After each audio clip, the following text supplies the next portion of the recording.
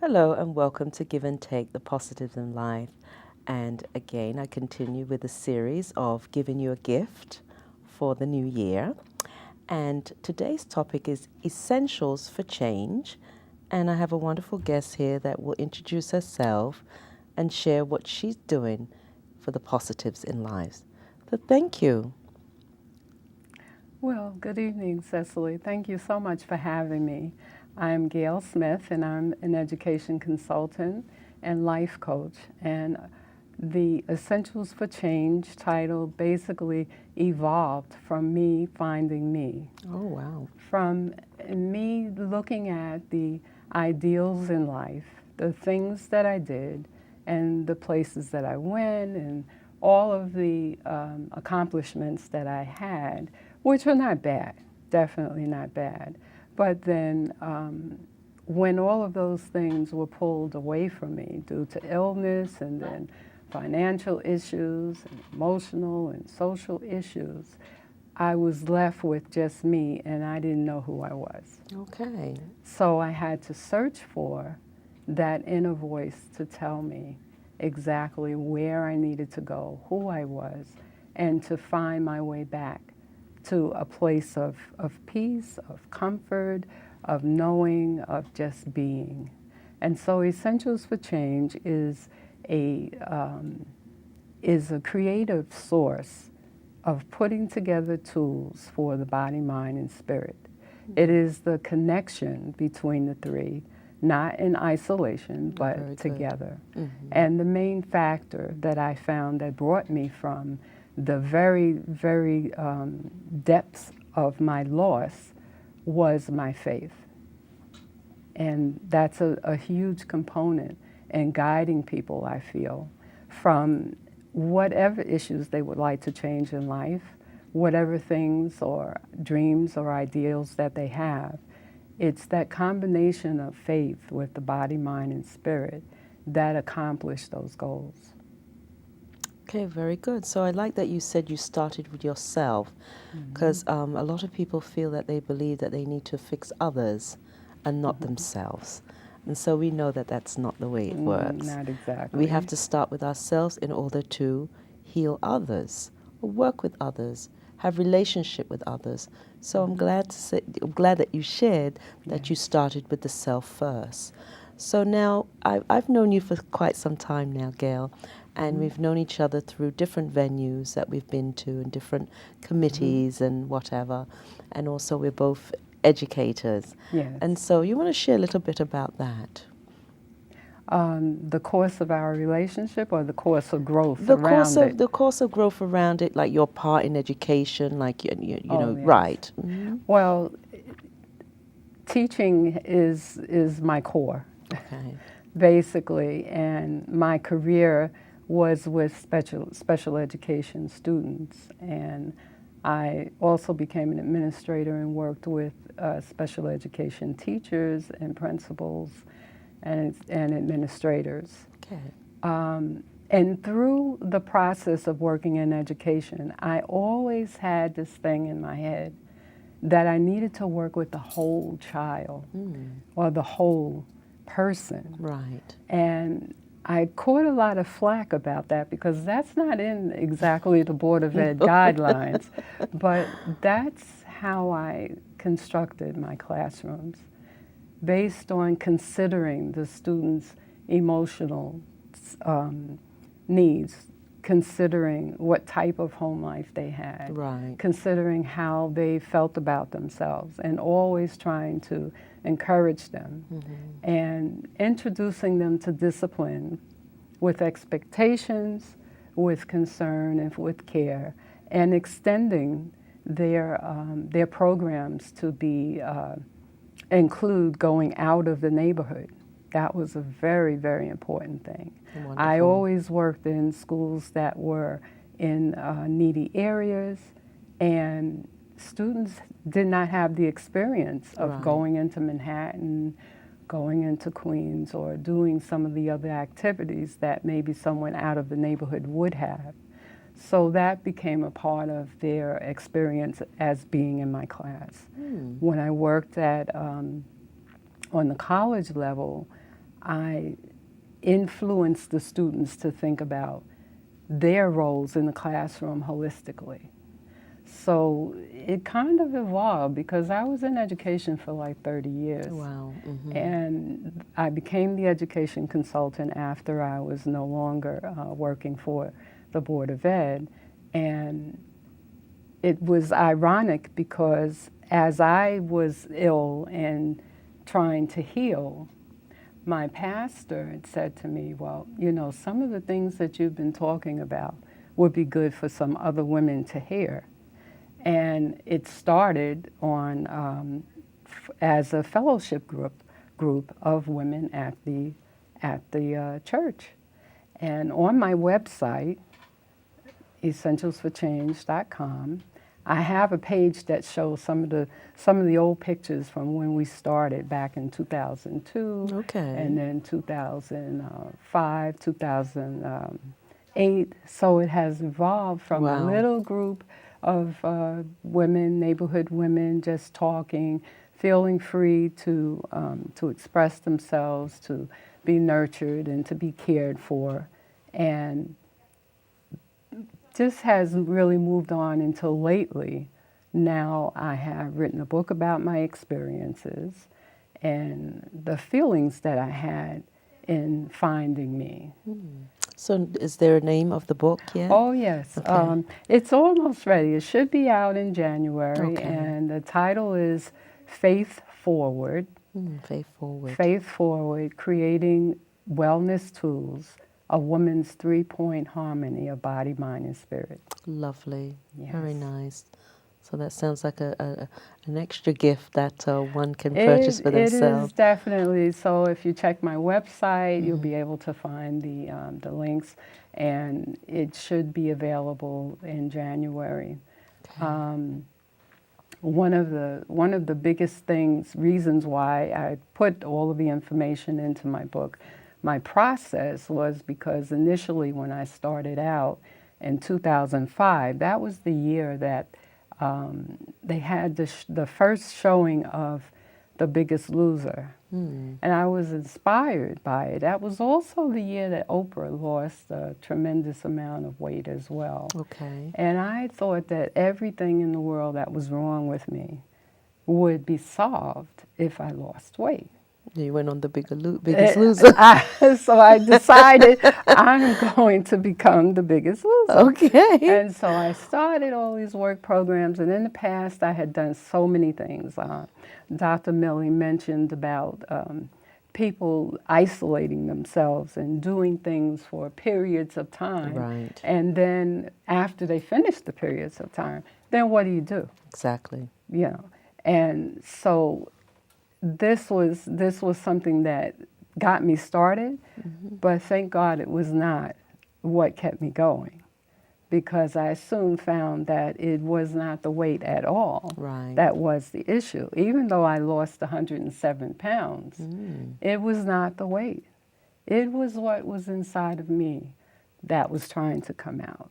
Wow. And just by the grace of God and becoming sensitive to the Holy Spirit has helped me to see that I'm in a work in progress. It helped me to redefine my sense of direction. And this is what I say to people, you know, what are you doing about you? You know, we're so involved in being busy, and there's so many demands at home, in schools, on the job, but what really are you doing for you? Are you nurturing yourself? Are you eating well? Right. Are you sleeping well? Are your relationships going the way you would like for them to do?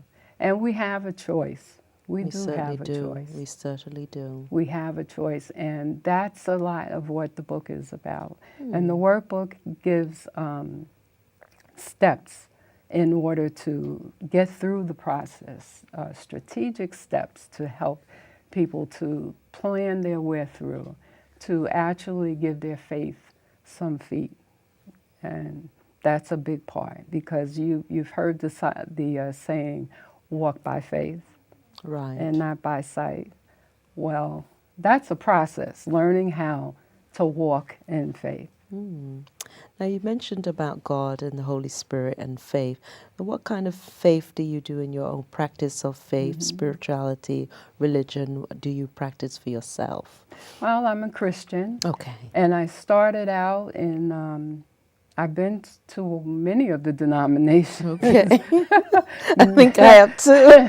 Methodist, Baptist, Community Church, Okay. and now I'm a member of, I guess, going on 10 years at Yonkers Christian Assembly, Right. and I'm with Pastor James Williams. And where's Yonkers Christian And this Assembly? is, I think it's 229 North Broadway. That's the Okay. main building Yes, I've been there. in Yonkers. And we also have a morning service at the Alamo on Okay. Central Avenue. Okay. At I did see 9 that on the a.m. website. Yes. on the uh-huh. website. So it's it's a very cohesive group. The thing that pulled me there was that after I learned a lot of details in the other denominations of religion, I was looking more so for more of a connection.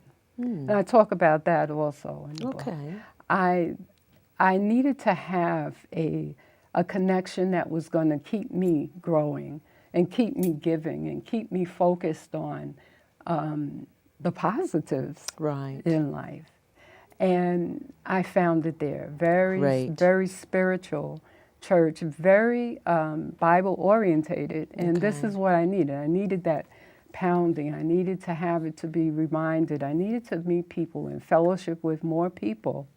And I've had so many wonderful people that have sowed into my life.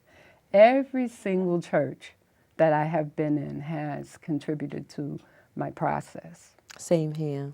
Every one of them have brought me to where I am now. Exactly. And it's very important to acknowledge and recognize that we should not, just because we found whatever we found, that we should also remember where we went before we got where we are now. Exactly. And embrace that and be a part of that. So I'm glad that you said that each one brought you to where you are now. Exactly. Yes. It is good. Right.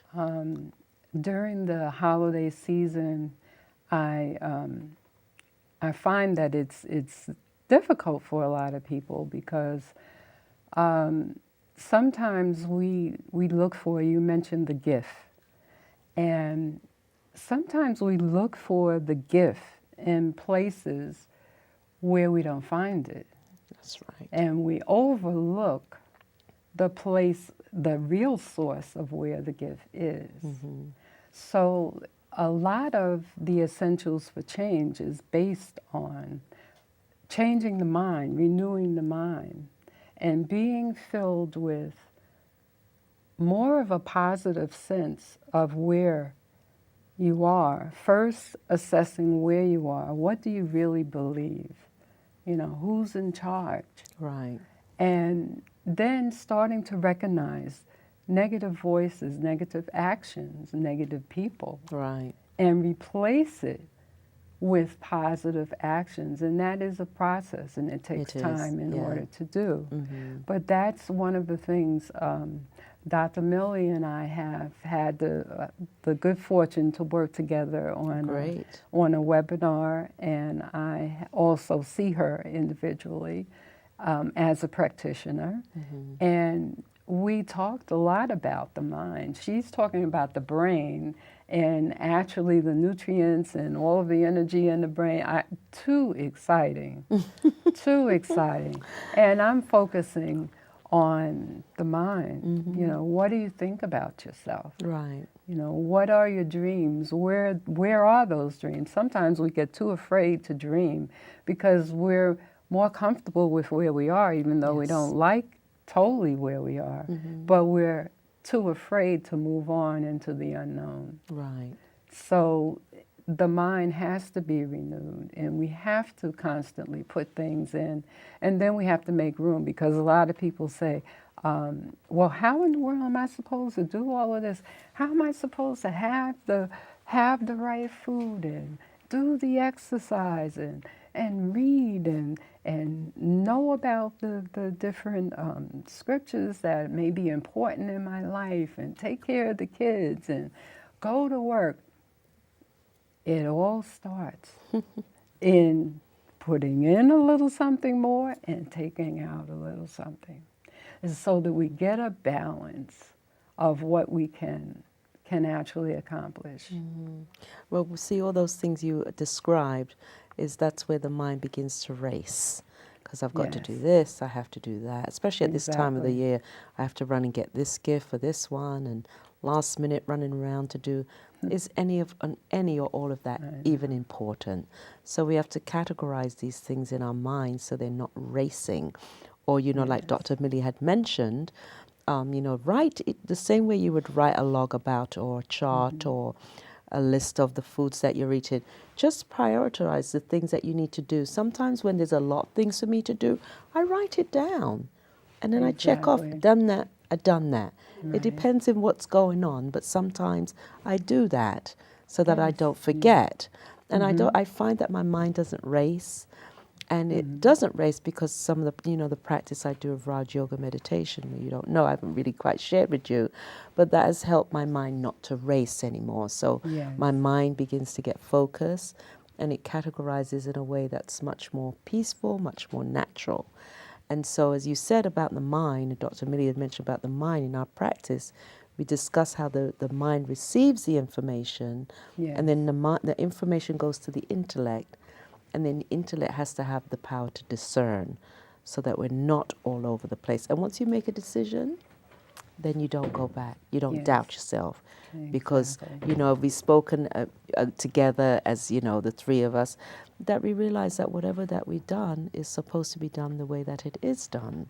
And so there's no Exactly. need to worry about that. And it's the same process that I do when I'm working with, I do workshops and seminars with women groups and with families and Great. different training. But one of the things the first thing really that I do in working with a client is to have them write out what they're doing the whole day, including the time that they sleep, all of it. Right. Everything, getting dressed, showering, eating, Good. work. And I asked them to do it for at least 3 days, but a week is better. Okay. And this is to have them to actually see where their time is going, because time is the biggest obstacle It is. when you're trying to achieve goals. Sure.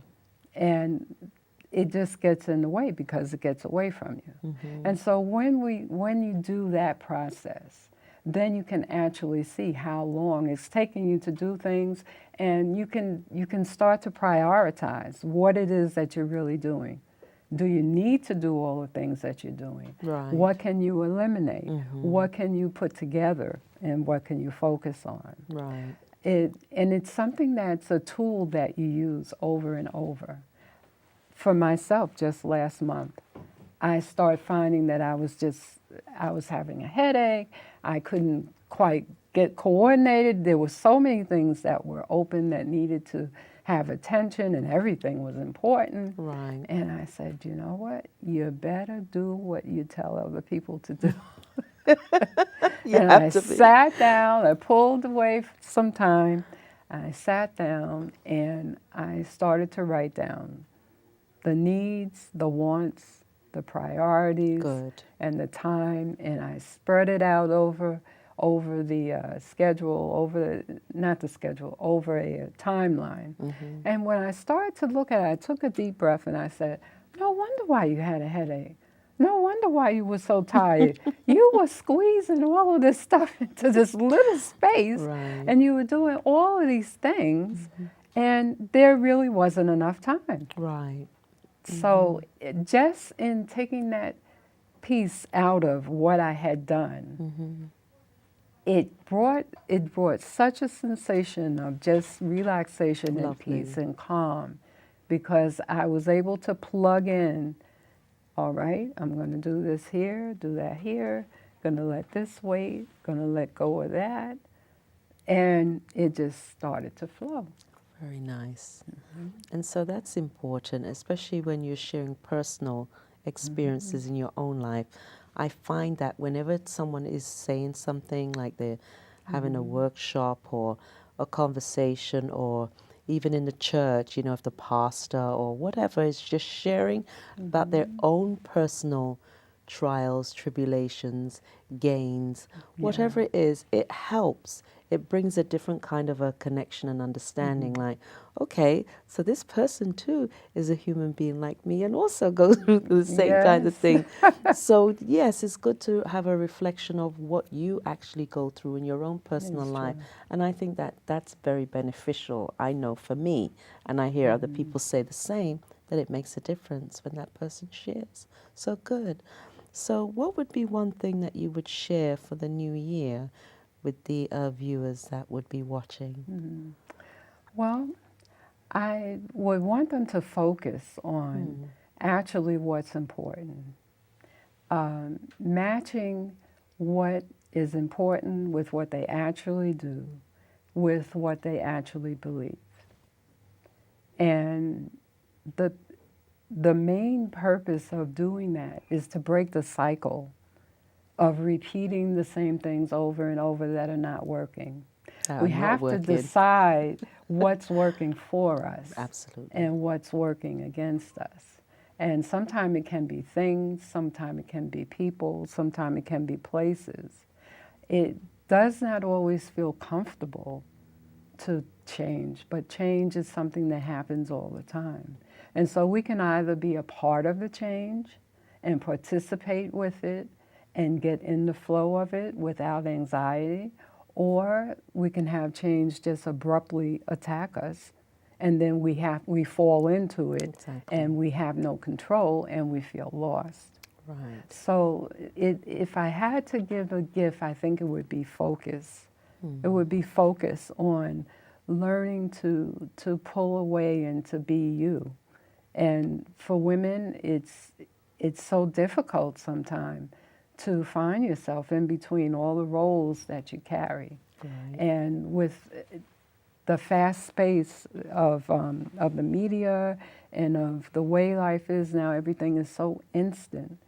But we don't have to be so instant. Right. If you need more than a minute, then you need to take more than a minute. Absolutely.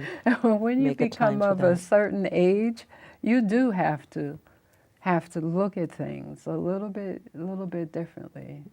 So my hope would be that instead of women finding themselves taking time for themselves when they're 50 plus, to start doing it when they're 30.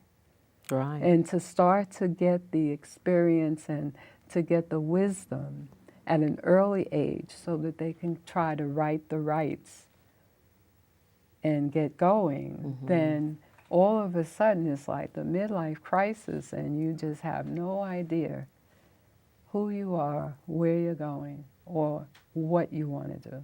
Right. That's a wonderful gift. Yes. I hope they would see the importance of such a great gift, Yes. especially the season that we're in now, that we'll be Yes. going into. I think that would be a wonderful faith.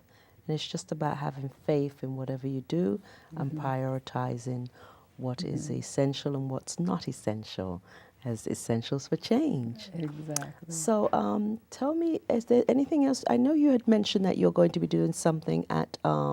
Oh, yes. Yes, right. In January, well, actually in December, I'm going to have a webinar where I'm going to be interviewing several leaders and a couple of corporate people as well. And it's going to be about the gift. Okay. That's going to, you'd have to check the website for the day. Okay. And actually you can get the link because we're going to do it and then we're going to post it. Excellent. In January, I will be at Whole Foods on the 18th at 12 noon, and I'm doing a little demonstration on gluten-free lifestyle, so gluten-free for the new year. Great. And I felt that that was important because a lot of people have some restrictions in their diets, and they feel so lost and so full of gloom just because they can't eat this or something has a reaction within their bodies. And So they're looking for different methods, and so this demonstration is going to show people Good. that they can eat well Mm-hmm. and still be happy, even though they are gluten free. Excellent. Now, which Whole Foods would this be? This is going to be in Yonkers at Okay. Rich Hill. Okay, in Rich Hill. In Okay. Rich Hill, and I think they will show you the link for if people want to sign up. There is a limit on space, so Okay. people need to sign up for it. You know, pretty Right. much ahead of time. Mhm. And what was that date again? I'm sorry. It's January 18th at Okay. Rich Hill in I have to put that on my Yonkers. calendar. Yes, it'll be very informative, Mhm. and it's ironic because when I found out that I had sensitivities to wheat, Right. I basically fell apart too, because I remember back in the day, number of years ago, everything that was gluten-free tasted like cardboard. So today, it's much more tasty.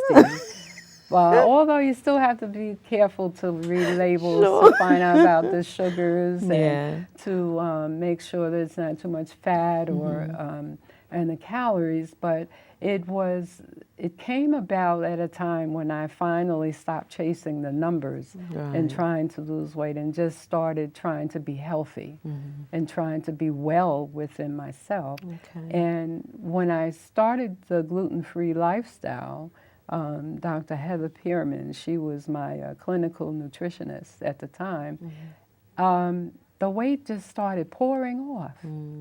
I had not a clue that that was going to happen. I wasn't really focused on weight, but the rest of the weight, that happened with the gluten-free lifestyle. Yeah. I laugh because I know just knowing about being a vegetarian many years ago was very there was not much choice. Right. Because people, when I say I'm a vegetarian, they say, "Oh, do you just eat lettuce?" The children will say, "Do you just eat lettuce?" I said, "No." I said, vegetarianism has evolved.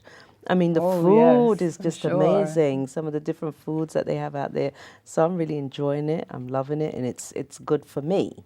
Yes. And it's finding that good for you and what works for you. So it's really working out well for me in that respect. And and like I said, it's evolved in so many different areas and arenas that now, you don't have to be so, okay, I just got to eat vegetables or salad, So I laugh because I know how it was very restrictive in that arena also. Yes. So as we're winding down, Gayle, is there anything else you want to share? In February, I'll be doing a class on just loving you. Oh, okay. Yes, And they can loving find all you. this thing on And your they'll website. find everything on the website. Right.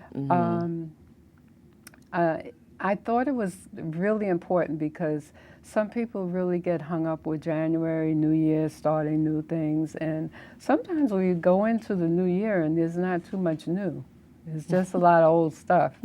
So if we don't create the new, there's not going to be any new. Exactly. And so the class that I'll be doing in February will highlight being able to love yourself, moving away from whatever things keep you from being you, facing challenges or not. Right. Because sometimes we need to walk away. Sometimes the biggest gift is just saying nothing. Let me tell you, just go into silence. Yes, sometimes. Because sometimes when you start to think about a thing, you might say, wow, I'm glad I didn't say anything. And that's where my best work has been happening, in silence. Yes. Where I've been, I've had the fortunate to just be in my space, just create, and amazing things have been created in that silence. So sometimes I've always had that natural instinct to just go into silence, because when we react right away, we go into some sort of conflict. If we just took a moment to just think about what was said, what they said, process it, then there wouldn't be so much conflicts that we have, throughout the world and with each other. So I want to thank you, Gayle, for coming on. And they certainly will get a gift by you being on the show. And they'll get a gift in the book that you're going to create.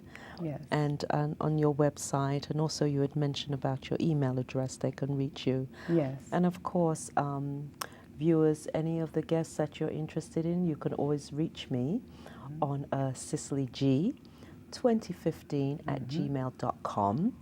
And again, the show will be aired on LMC TV and also on YouTube, Cicely G.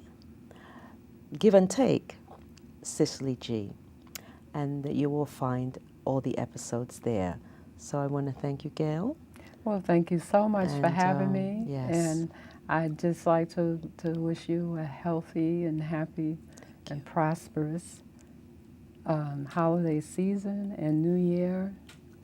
And to the viewers, Merry Christmas and love to all. Thank you very much. And thank you.